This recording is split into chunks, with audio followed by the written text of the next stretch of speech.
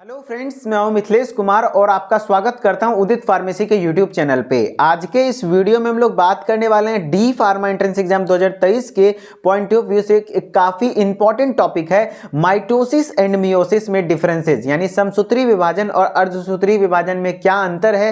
पहली बात देखेंगे समसूत्री विभाजन क्या है, अर्धसूत्री विभाजन क्या है, उसमें क्या डिफरेंसेस है, क्योंकि इस टॉपिक से कम आपके एग्जाम में एक क्वेश्चन जरूर आएगा।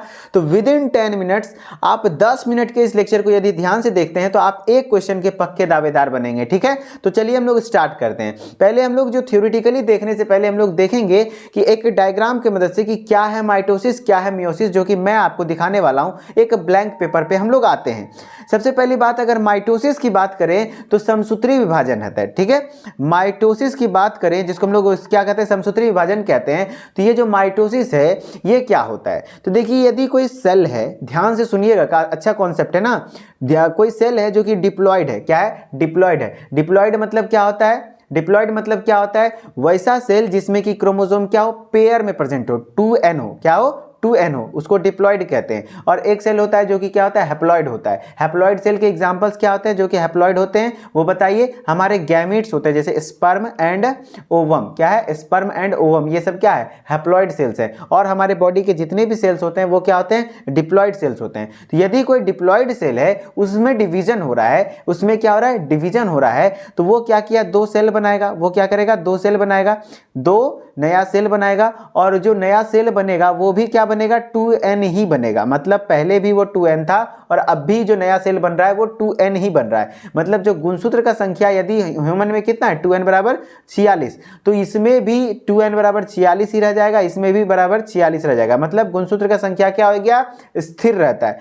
लेकिन क्या होता है मियोसिस में, देखिए क्या होता है, यदि कोई सेल है, यदि कोई सेल है वो डिप्लॉयड सेल है और डिप्लॉयड सेल क्या करता है, डिवीजन करता है, तो मियोसिस 2 फेज में होता है, 2 स्टेज में होता है। पहला क्या होता है, मियोसिस 1, उसके बाद क्या होता है, मियोसिस 2। तो मियोसिस 1 के दौरान क्या होता है कि ये 2 कोशिका बनता है, ठीक है, और ये 2n से क्या क्या बन जाता है, n बन जाता है। क्या बन जाता है, n बन जाता है, मतलब आधा हो जाता है। यदि यहाँ पे 2n बराबर 46 क्रोमोसोम था तो यहाँ कितना हो जाता है, 23। यहाँ कितना हो जाता है, 23। तो क्रोमोसोम का नंबर घट जाता है और यहीं पे ये रुकता नहीं है, बल्कि एक बार और डिवाइड करता है। पूरा प्रोसेस अभी नहीं कंप्लीट हुआ, अब जाके कंप्लीट हुआ।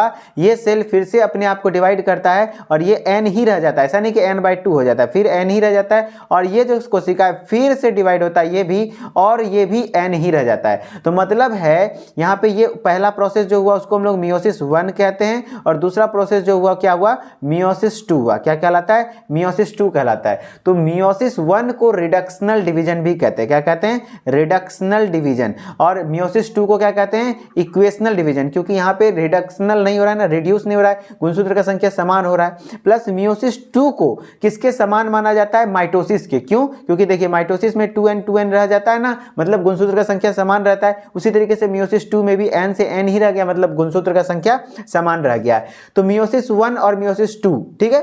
प्लस इसमें खास बात है, मियोसिस में एक डिप्लॉयड सेल से 4 हैप्लॉयड सेल बनते हैं। यहाँ कितना क्या बन रहा है, हैप्लॉयड बन रहा है। एक से कितना, एक डिप्लॉयड सेल से 4 हैप्लॉयड सेल, बल्कि यहाँ पे माइटोसिस में एक डिप्लॉयड से 2 डिप्लॉयड सेल ही बनते हैं। क्लियर, इस तरीके से आपको ध्यान रखना है। क्या बोल रहा हूं मैं, माइटोसिस यानी समसूत्री विभाजन, इसमें क्या होता है, एक डिप्लॉयड सेल से जो सेल बनते हैं 2 गो, वो दोनों डिप्लॉयड ही होते हैं। बल्कि जो मियोसिस होता है उसमें एक डिप्लॉयड सेल से उसमें 4 हैप्लॉयड सेल बनता है। क्लियर, मियोसिस में गुणसूत्र का संख्या आधा हो जाता है, जबकि माइटोसिस में गुणसूत्र का संख्या समान रहता है। क्लियर, मियोसिस माइटोसिस किस में होता है, तो ये कायिक कोशिकाओं में देखने को मिलता है। कायिक कोशिका मतलब क्या हुआ, सोमैटिक सेल। सोमैटिक से देखिए सेल 2 प्रकार के मान सकते हैं यहाँ पे, इस बेसिस पे।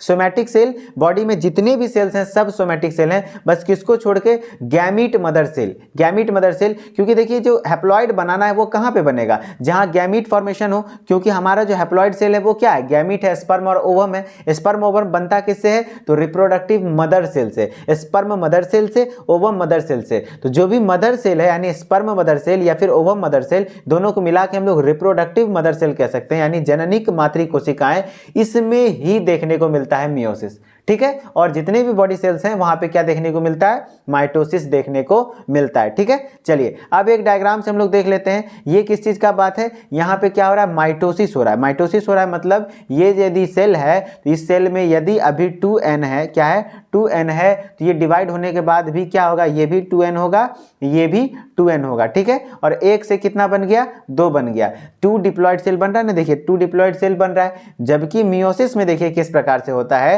एक सेल है, एक सेल यदि यहाँ 2n है तो उसमें सबसे पहले मियोसिस 1 होगा, और पता है ना मियोसिस 1 के दौरान ही यह क्या चीज में बदल जाता है, n में बदल जाता है, क्या में, n में यानी हैप्लॉइड में, और ये सेल फिर से दो बार में डिवाइड हो जाता है, 2 भाग में, और ये n ही रह जाता है, ठीक है। और ये भी फिर से क्या हो जाएगा, डिवाइड हो जाएगा, ये n ही रह जाएगा। तो इस प्रकार से एक से कितना बन गया, 4, एक से कितना बन गया, 4। तो मियोसिस 1 और मियोसिस 2 कंप्लीट हुआ, एक से बनता है 4 किसमें, मियोसिस में, और माइटोसिस में क्या, 1 से 2। इस तरीके से हमारा माइटोसिस और मियोसिस आप समझ गए। अब हम लोग चलिए बात करते हैं क्या हमारा क्वेश्चन किस प्रकार से आता है, देखिए सब समझ में आ जाएगा। समसूत्री विभाजन होता किसमें, कायिक कोशिकाओं में होता है। हमने बता दिया कि हमारे बॉडी के जितने भी सेल्स हैं वो सभी क्या है, कायिक सेल है, कायिक कोशिका यानी सोमैटिक सेल है, क्या है, सोमैटिक सेल है, ठीक है। और जितने भी जननिक कोशिकाएं होती हैं जो कि गैमीट बनाती हैं वो क्या होते हैं, उसमें क्या होता है, अर्धसूत्री विभाजन होता है। क्यों, क्योंकि गैमीट बनाना यानी अर्धसूत्री बनाना है, तो मतलब क्या है, एन बनाना है, हैप्लॉइड बनाना है, कहाँ पे बनेगा, जननिक कोशिकाओं में ही, क्योंकि वही न बनाते हैं गैमीट, तो इसलिए जननिक कोशिका। ये पॉइंट क्लियर हुआ।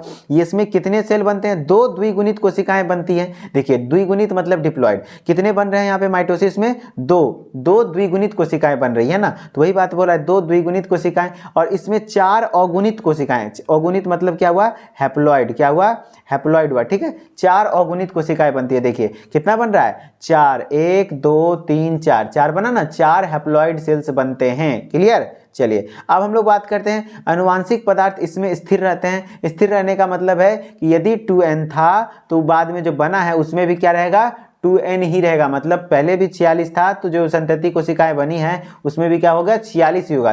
लेकिन इसमें क्या था, गुणसूत्र की संख्या आधी हो जाती है, गुणसूत्र की संख्या क्या हो जाती है, आधी हो जाती है, ठीक है।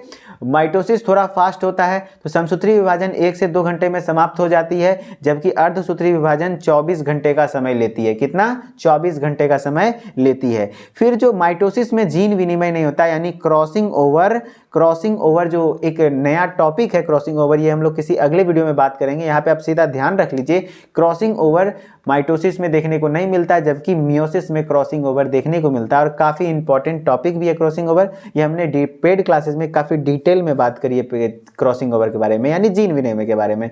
इतना जान लीजिए आप कि जीन विनिमय सिर्फ मियोसिस में देखने को मिलती है, ठीक है। इस तरीके से आपने हमारा माइटोसिस और मियोसिस में काफी अच्छे तरीके से डिफरेंस समझ लिया होगा, ठीक है।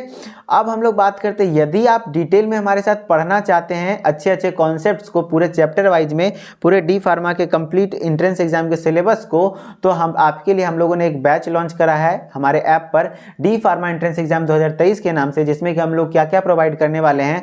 तो बायोलॉजी सब्जेक्ट्स के complete recorded video lectures provide करने वाले हैं, प्लस ई बुक PDF नोट्स चारों सब्जेक्ट्स के करेंगे, फिजिक्स, केमिस्ट्री, मैथ, बायोलॉजी।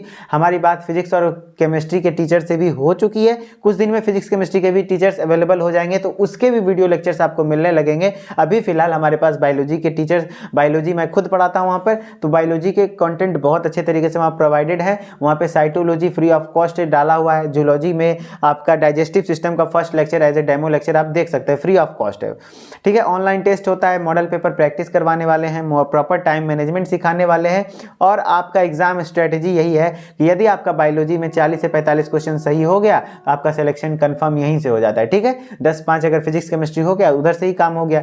तो इतना आपको करना है, बायोलॉजी यदि पढ़ना है तो आप इतना चीज अगर चाहते हैं तो आपको करना क्या होगा, आप सबसे पहले मोबाइल में जाइए और उदित फार्मेसी सर्च कीजिए प्ले स्टोर पर जाकर, और उसको इंस्टॉल कीजिए। मोबाइल नंबर डालिए, OTP डालिए, उसके बाद नाम, ईमेल ID डालिए। उसके बाद आपको स्टोर वाले सेक्शन में आएंगे तो आपको एक कोर्स दिख जाएगा, D pharma entrance exam by Udit pharmacy, जिसका कि प्राइस काफ़ी लो है अभी फिलहाल 499 रुपीज़, और कुछ दिन में जब एंट्रेंस एग्जाम का फॉर्म आ जाएगा देन इस कोर्स का प्राइस हाइक हो सकता है, ठीक है। हो सकता है नहीं, होगा ही, इसलिए आप लोग जल्दी से जल्दी जुड़कर हमारे साथ पढ़ सकते हैं, ठीक है। और अभी से ही अपनी तैयारी को स्ट्रांग रखिए ताकि एग्जाम के टाइम में आपका दिमाग का प्रेशर थोड़ा सा कम रहे और आपका सिलेक्शन का चांस ज़्यादा रहे, ठीक है।